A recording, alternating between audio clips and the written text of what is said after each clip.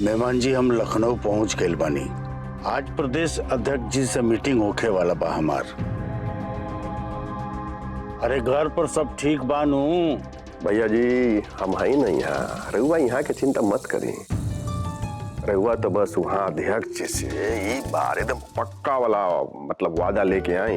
एजा तो हम सब देख ले, लेकिन रहुआ ना अमर पर तनिका नजर रखे।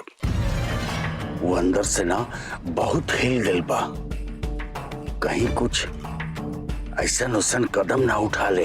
भैया जी हम रहुआ जाना तानी और अमर बाबू के भी बढ़िया से जाना तानी। हमके पता बार हुआ एक राजनीतिक व्यक्ति हैं, लेकिन राउर भीतर भी तो एक बाप के ही दिल बानू। निश्चिंत रही। अरे मेहमान जी, हम बाप के नाते नहीं की कहत, हम ये बात एगो शुद्ध राजनीतिक व्यक्ति होके के नाते कह रहल बानी। अगर राजनीति में केहू के बेटा बाप के अनुपस्थिति में अगर कुछ करे तो फिर पूरा मीडिया में ना एकदम हो हल्ला मच जाई। कहीं ऐसा ना होके कि हमारा अध्यक्ष जी से मिले के पहले अमर ओझा पहुंच जाए। अगर ऐसा भाई तो हमारे राजनीतिक कद पर ना बहुत बुरा असर पड़े। रहुआ ये बात के ध्यान रखे। अरे हाँ भैया जी, हम तो ये एंगल से सोचना ही ना रहनी। खैर रहुआ निश्चिंत रही, हमार नजर बा पूरा अमर बाबू पर।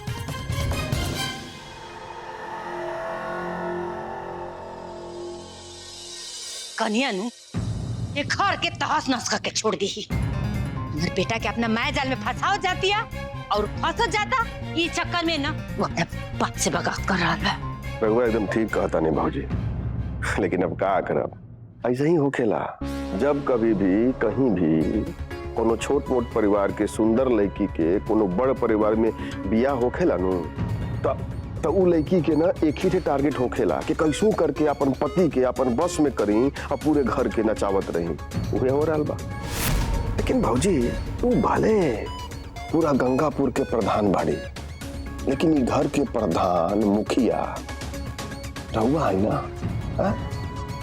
तो ये जे भी रायता फैलल बाहर हुआ समेटी। देखिए पत्नी जी होके कतनो सुंदर होके कतनो लटका झटका दिखावे, कतनो लोर टपकावे, लेकिन वो माई के ममता के कबहू ना हरा सकेला। रहुआ तो अभी अमर बाबू के पास जाए के चाहिए, अपन ममता उनका ऊपर छिड़के के चाहिए, इमोशनल सपोर्ट देने के चाहिए। तो कहीं फ्रस्ट्रेशन में आके ऊंच नीच कर लिए तो जिंदगी भर के रोई, भाई ने रोई। ठीक कहता नहीं रहुआ पाहुन जी, वहां क्यों ने गइल बानी?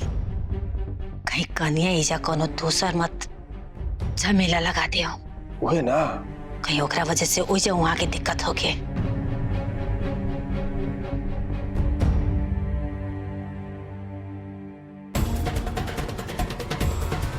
जाए भौजी जाए, लेकिन अमर बाबू मिलियन ना, काहे के उ तक गइल। अभी घर में ना अब खाली तमाशा होई।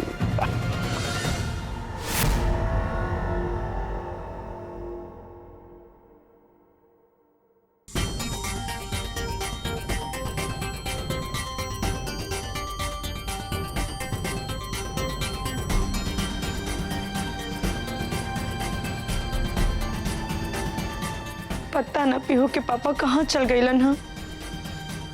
उनकर फोन वो नहीं खिलागत।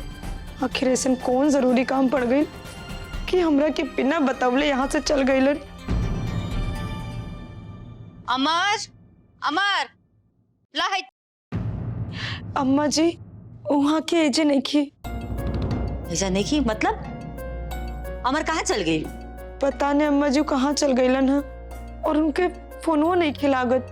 अरे कैसन मेहरारू बड़ू, सवेरे सवेरे तार मरद कहाँ चल गए तारा पते नहीं खे? अम्मा जी जब सुबह उठ के देखनी हाँ तो वहाँ के एजे ना रहनी हाँ, तो हम सोचनी कि कहीं टहले गइल बानी, लेकिन जब ज्यादा देर हो गई तो हम बाहर भीतर भी दिखनी है, लेकिन वो आगे कहीं नहीं की लौकत। घोड़ा बेच के सुतर हलू है हाँ? कि तार मरद सवेरे सवेरे कहाँ चल जाता तारा पता नहीं चलत?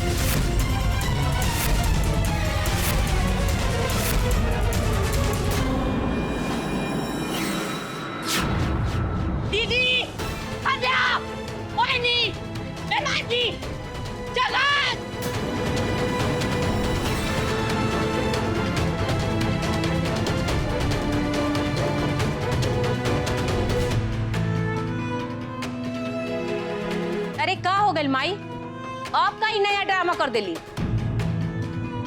चाची जी, रहुआ आरती भाभी के हाथ ऐसे काहे पकड़ ले बानी? छोड़ी नो, हाँ छोड़ी ना चाची जी, आराम से बात करी नो। अरे क्या आराम से बात करी? सारा तो मालूम नहीं कर तू ये क्या कहले भैया? अरे संध्या के माई आखिर कन्या कैले का बाड़ी? तू हमनी के बताइबू कि आखिर कौन ऐसा खराब काम कर देले बाड़ी? अरे इनका वजह से हमार बेटा आज के बाद छोड़ के चल गई। जगत, हाय चिट्ठी पढ़ के सुना।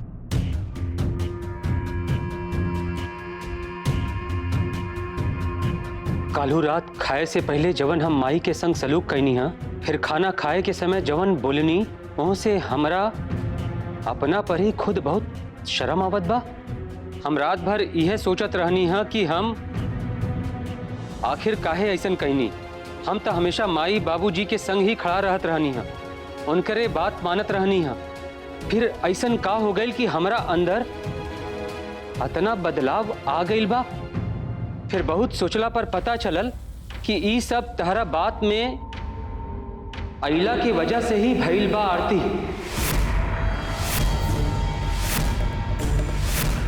तू हमरा के अपना मोह माया के जाल में फंसा के ऊ बना देले बाड़ू जवन हम ना रहनी है। कबो माई त कबो बाबूजी के खिलाफ हम खड़ा होके लगनी तहरा चलते।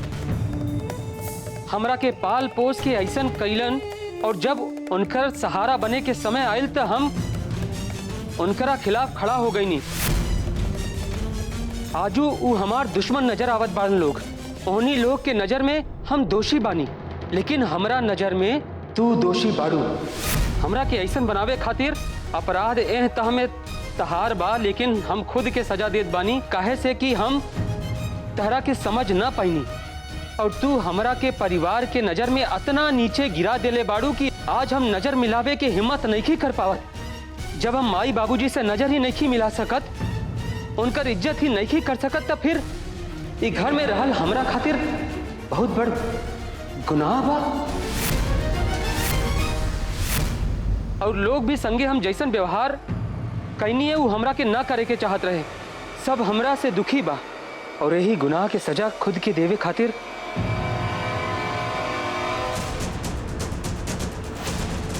हम ही घर छोड़ के जा रहल बानी।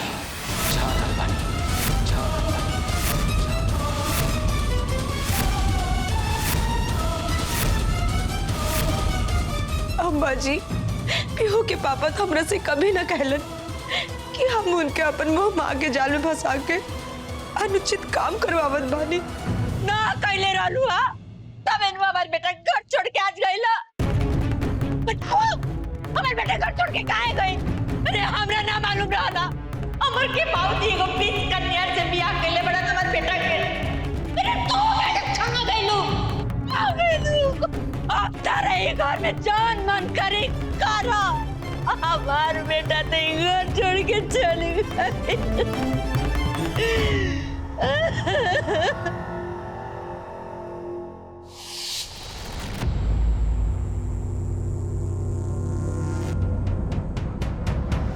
कमल किशोर बाबू,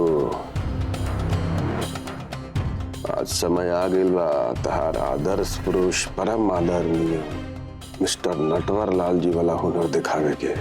देख ला एक एक अक्षर के ध्यान से, एकदम अक्षर टू अक्षर मिले के चाहिए। ऐसा मिले के चाहिए कि अमर बाबू अगर खुद भी आ जाए ना तो देख के अच्छा कहा जाए कि हम ही लेटर कब लिखते ले। चला फोकस करा, फोकस। अरे का कमल किशोर, पहले ही लेटर में गड़बड़ कर दिला। अरे मतलब ऐसे काम ना चल।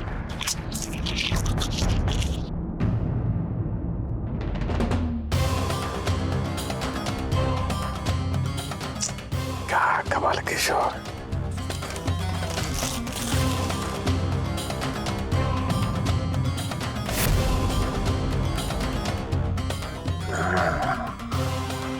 अब न मिले लागल अक्षर टू अक्षर। चिट्ठी तो हम बदल देली, बेचारी कन्या प्रधान न घाट के बचली न घर के रहली। जेकरा बल पर कूदत रहली उहे हो गई फुर। ई खाली सबके सामने मिठ बोलवा बनेली, अकेले में उमर के कोसत घसोटत हुई है। तब भी ना हमार भाई आज लेटर लेके घर छोड़ के चल गई बा। माई कहा न दीदी कि एगो आदमी तब तक सही नु जब तक गुस्सा रह सकेला। अब का पता दीदी जी अकेले में भैया जी के का कहले बन, कहे से कि भैया तो संस्कारी रहलन नु, कोनो बात के बुरा मान गए होइयन और घर छोड़ के चल गए। देखी अब रो रो के दिखाओ तड़ी। अमर भैया के पासी पथरी पढ़ के अरे सब लोग भौजी के गलत मत बोला लो। अरे अमर भैया ऐसे करी है केहू के कहाँ पता रहे, अचानक से ऐसे कर दी है। अब पता लगावे के बाना कि ऐसे काहे उ कैले। और एगो हमारा बात नहीं के समझ में आवत कि काल तक अमर भैया अगर भौजी के पक्ष लेत रहन तो सबके आंख में गड़त रहन, और आज सबके अच्छा लगे लगले। आखिर ऐसे काहे कैले, केकरा दबाव में आके कैले। अब तो ये बात उहे बताई है आके खुद अपना मुंह से।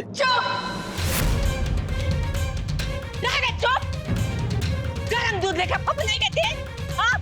अरे तोरा लेकर ढीला डाला ना रहा हमार बेटा, शिबू के भी दबाव में आके कुछ भी कैली। अरे ओकरा तो कम से कम गलती के एहसास भी रहला, न तो वो भी नहीं खे। 6000 रुपया ली के कमावता रे, चपरासी लेखा पीछे पीछे घूमता रे और सुझाव देता रे ते। हाँ बड़का बड़का दहाई और गदहा पूछे काटना पानी।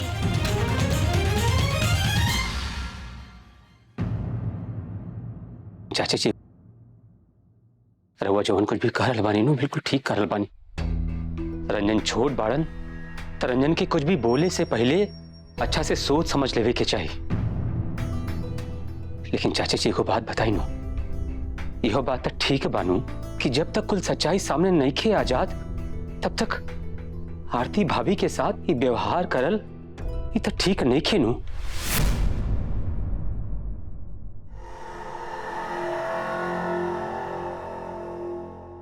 भौजी जगत बाबू एकदम सही कह रहा बाड़ा। अमर जी चिट्ठी में इस बात काहे लिख के गईलन, उनकर मन में का चलत रहे, अभी तो अमर जी गईला के बादे नु पता चली। और अभी रोवे गावे के चाहे गोसा करे के समय नहीं खे। अभी तो दिमाग ठंडा करके हम सब ही लोग के अमर बाबू के खोजे के प्रयास करे के चाहिए अपन अपन स्तर पर। निराश मत हुई भौजी, कहल गिल बानू की कोशिश किला से तो भगवान भी मिल जाले, तो अमर बाबू काहे न मिले हैं? सॉरी पीहू, हमरा गलती से तोहार पापा हार गईलन, लेकिन वो घर छोड़ के चल गईलन। हमरा मम्मी के सब कोई डांटत बा, मम्मी की तरफ से बोले खातिर पापा नहीं खे। पापा आ जाने जल्दी, मम्मी बहुत दुखी बाड़ी।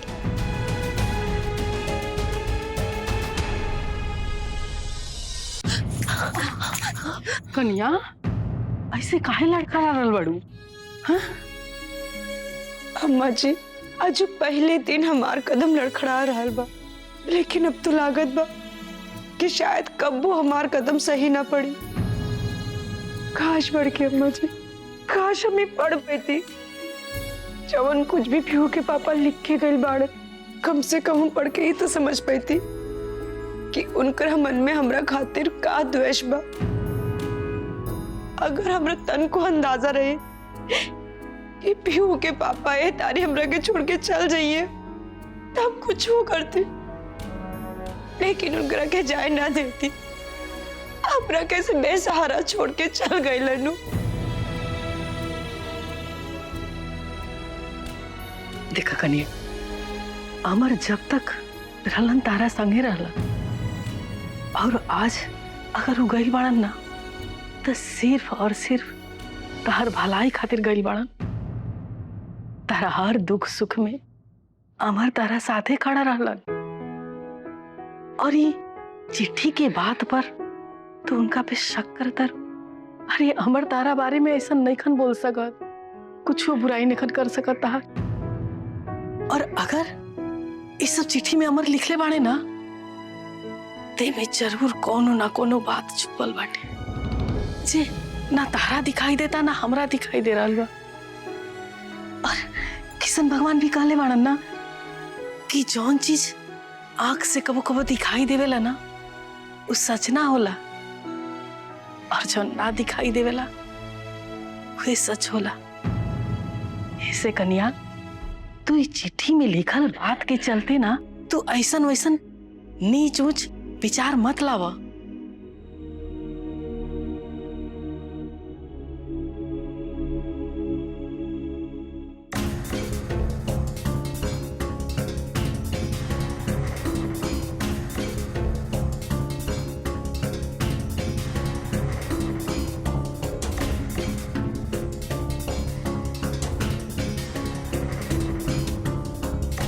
अब अपना फोन घुमैला के बाद उनकर पता निखे चल पावत ता एक ही ठे उपाय बचल बानू कि पुलिस में कंप्लेन कर दिहल जा, उहे सब खोजिहन जा।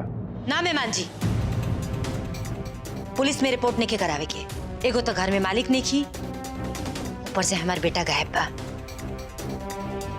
घर में जब मालिक नहीं की तो घर के प्रधान हम बानी। एक घर में अब हम जौन कहब तो सब के मानने के पड़ी। चाची जी, जब तक घर में चाचा जी और भैया जी नहीं खन तक ये फैसला ले सकता रनू नहीं, कैसे कि हमार पति तो वकील बानी, तो इन तरह के फैसला लेके हक होके के चाहिए ना चाची जी। अगर वह के ठीक लगी तो दुल्हन वकालत कइल और घर चलावल ये दोनों में बहुत फर्क होकेला। और आज तक जगत घर के कौन ऐसा फैसला ले बड़न कि आज ही लिए। मोहिनी, चाचा जी ठीक ही कहले पड़े। अब रुको ना, देखा जब घर में चाचा जी और उमर भैया नहीं खन तो ऐसे में घर के कोनो भी फैसला चाची जी के ही लेवे के चाहिए। चाची जी ठीक है सब कुछ। ठीक बाबूजी, फिर जब तक राउर आदेश ना होई हम पुलिस में रिपोर्ट ना लिखाई। अमर के बाबूजी यहाँ नहीं की, विधायकी खाती बाहर गई बनी। अगर पुलिस में खबर कही दिया जाए तो अखबार वाला ये न छपिए सा और प्रधान के बेटा लापता हो गई बा। और का जाने का इन्हें से उन्हें पूछताछ करके खबर में छपिए सा उन्हें मालिक के दिक्कत ना आ जाए। जब तक अमर घर में नहीं आ जात अमर के गैला के खबर, तब तक चौखट से बाहर ना जाए के चाहिए, जब तक मालिक घरे नहीं खना जात।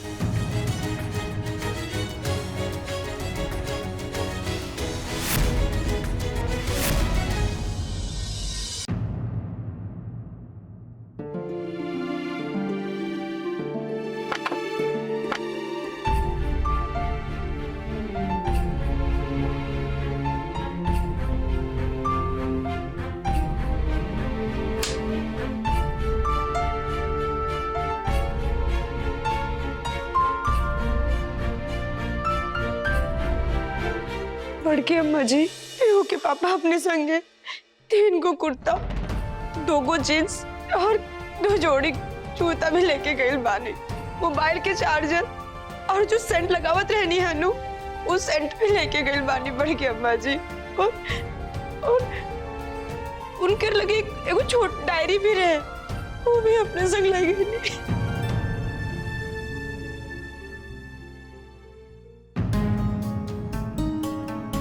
बड़की अम्मा जी, हमरे संगी वाला फोटो भी लेके गए बानी अपने संग। कन्या जी, आदमी तारा पर इतना इल्जाम लगा के घर छोड़ के गई बा, अनाप शनाप चिट्ठी में लिखले बा, तारा प्रति ओकरा मन में जहर भरल बा। का ई हो सकता कि वो तार और अपन संग वाला फोटो अपन साथे ले जाए घर छोड़ते हुए? ना कन्या, हमरा तो जरूर एमे कुछ गड़बड़ दिखाई दे रहा बा, कुछ सही नहीं खिलावत कन्या। हाँ बड़की अम्मा जी, रहुआ एकदम ठीक कहत बानी। अगर पीहू के पापा हमरे बारे में इतना उल्टा सीधा लिख के गए बानी चिट्ठी में, तो वहाँ के हमरा संग वाले फोटो काहे लेके चाहिए?